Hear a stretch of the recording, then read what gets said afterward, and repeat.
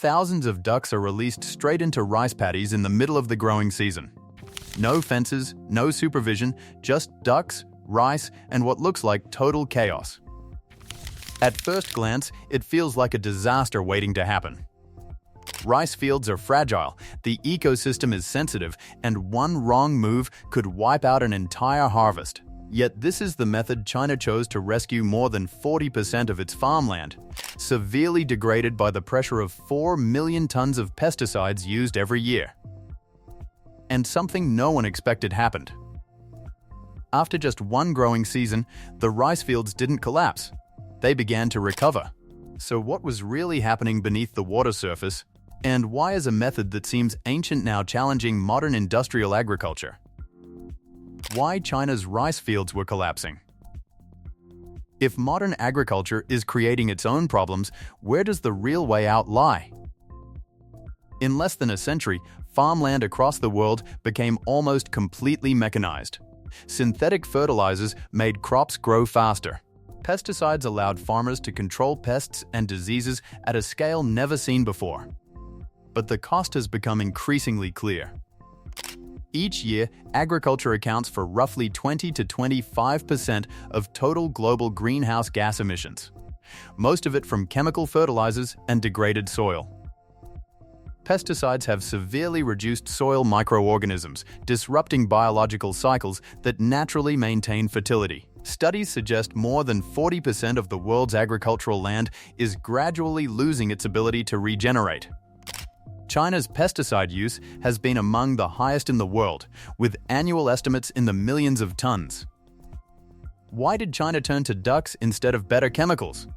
Because more than half the world's population depends on rice. Rice fields aren't just a farming system, they're a foundation of global food security.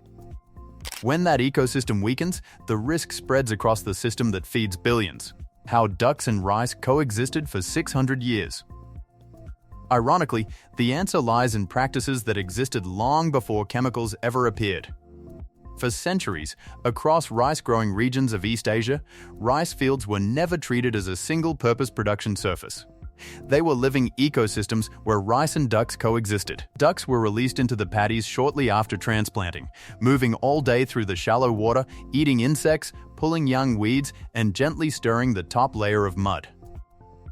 Their droppings became a direct source of nutrients for the soil, replacing much of the need for external fertilizers.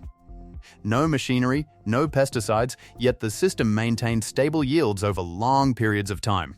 Agricultural records show the rice duck model has been practiced for more than 600 years, long enough to prove that its effectiveness comes not from sheer output but from biological balance. Pest outbreaks were rare. The soil was not exhausted. Rice fields sustained themselves season after season. What ducks actually do inside a rice paddy? So what are the ducks actually doing under the water? When the first ducks are released, the natural reaction for most people is concern. The rice plants are still young and fragile, and one strong impact could ruin an entire harvest. But a different pattern quickly emerges. Ducks largely avoid the rice plants. Instead, they focus on whatever moves in the water and grows faster than rice, exactly the things farmers constantly struggle to control. Start with pest control. Brown planthoppers, stem borers, leafhoppers, and various aquatic insects become the duck's main food source. As the flock moves continuously through the field, researchers have found that duck movement disrupts the pest life cycle at an early stage. The ducks don't just eat adult insects, they consume larvae and eggs before populations can establish.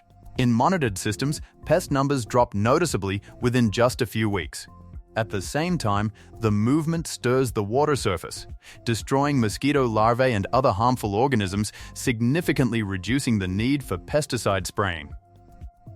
Then there's weed suppression.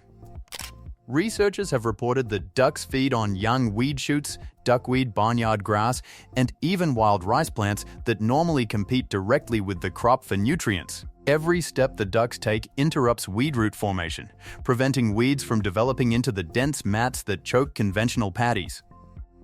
In a typical chemical system, farmers spray herbicides multiple times per season. Here, the ducks handle it just by eating and walking. But something else is happening at the same time. Something far less visible. The constant movement of the ducts introduces oxygen into the water and the top layer of soil beneath it. This reduces anaerobic conditions, limits soil compaction, and allows rice roots to grow deeper and stronger. Researchers compare this to a form of natural tilling that happens throughout the day, without machinery and without disturbing the root structure. And then there's fertilization. Duct droppings are spread evenly across the field like a continuous stream of organic fertilizer, rich in nitrogen and organic matter. Field trials suggest this nutrient source feeds both the soil and the rice plants more steadily than chemical alternatives, avoiding the over-application that is common with synthetic fertilizers while also reducing the risk of both surface and groundwater pollution. The precise timing that makes or breaks the system. Why does duct density matter so much? Because this system is not something that can be left to chance. It's precision biology, and every variable counts. Farmers introduce the ducts only 2 to 3 weeks after transplanting, when the rice plants are strong enough to withstand movement in the water without bending or breaking. If released earlier, young seedlings can be damaged. If released too late, the effectiveness of pest and weed control drops significantly. Studies in China and Japan show that the optimal range is typically 150 to 300 ducts per hectare, depending on soil conditions, water depth, and rice variety. Too few ducts produce a biological impact too weak to replace chemical inputs. Too many can cloud the water, stress the root system, and reduce the plant's ability to photosynthesize. The margin between success and failure is narrow. Why does the timing of removal change everything? When rice enters the panicle initiation stage and begins preparing to flower, the ducts must be completely withdrawn. This is the most sensitive phase of the rice plant, where even a small disturbance can directly affect the number of grains formed on each panicle. Get the timing wrong, and you lose the harvest. Get it right, and the system is not simply less harmful, it is moving toward regenerative agriculture, where soil is restored, biological cycles are reconnected, and ecosystems can sustain themselves over multiple growing seasons rather than constantly needing to be rescued by chemical inputs. Why rice duck rice sells for 30% more? Why does rice duck rice sell for more? Because the economics of this system go far beyond what happens in the field. In rice duck farming systems monitored in China and Japan, spending on pesticides typically drops by 50 to 70%, while chemical fertilizer costs fall by 20 to 40%. For many small farming households, that reduction in input costs is a matter of survival at a time when agricultural prices continue to rise. The rice itself also changes in value.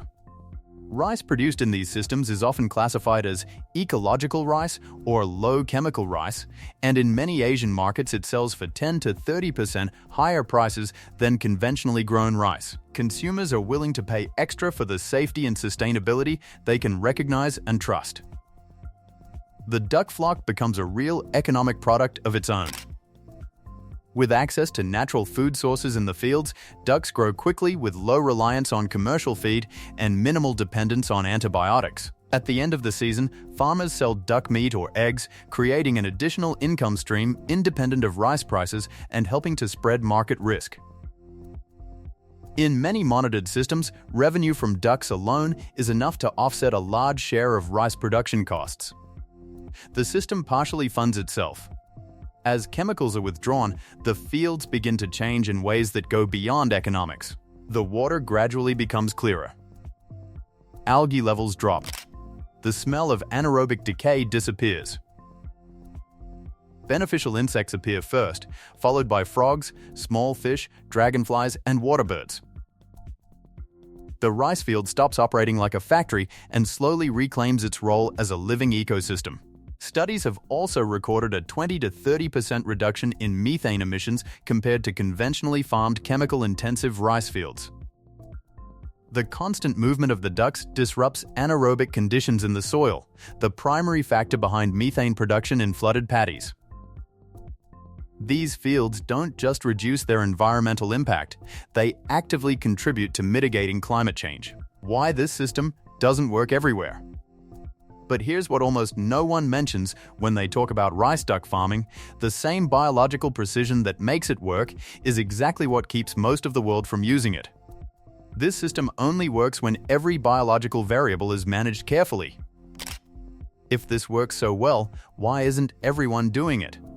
Why can't large farms just adopt this system? Because the ducks need constant supervision. Someone has to manage flock movement, monitor the rice, watch water levels, and adjust conditions daily. That makes this system fundamentally incompatible with large-scale mechanized farming, where a single operator can manage hundreds of hectares with machines alone. The labor demand is continuous, not seasonal. Why does the knowledge barrier matter?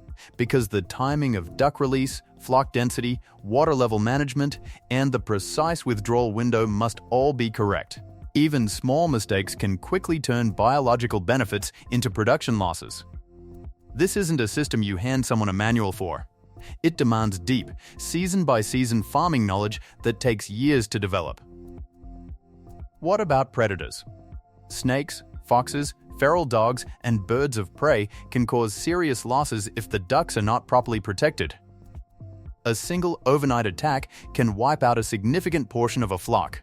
In regions with labor shortages or limited capacity for round-the-clock supervision, this risk becomes a real barrier to adoption. Can any rice field support this system? No. Areas without a stable water supply, fields with steep terrain, or rice paddies that have been heavily polluted may not provide the biological foundation the system depends on. The damage from years of chemical overuse can strip the ecosystem of the very organisms the ducks rely on to function. The rice duck model is not a universal formula. It's a solution that must be carefully chosen, adapted, and applied in the right place under the right conditions. Can biological farming replace chemicals at scale? The future of farming may depend less on adding more chemicals and more on rebuilding biological systems that regulate themselves. Could systems like this reduce chemical farming at scale, or are they too difficult to manage outside traditional rice regions? Drop your thoughts in the comments and subscribe if you want to keep exploring the hidden systems shaping our world.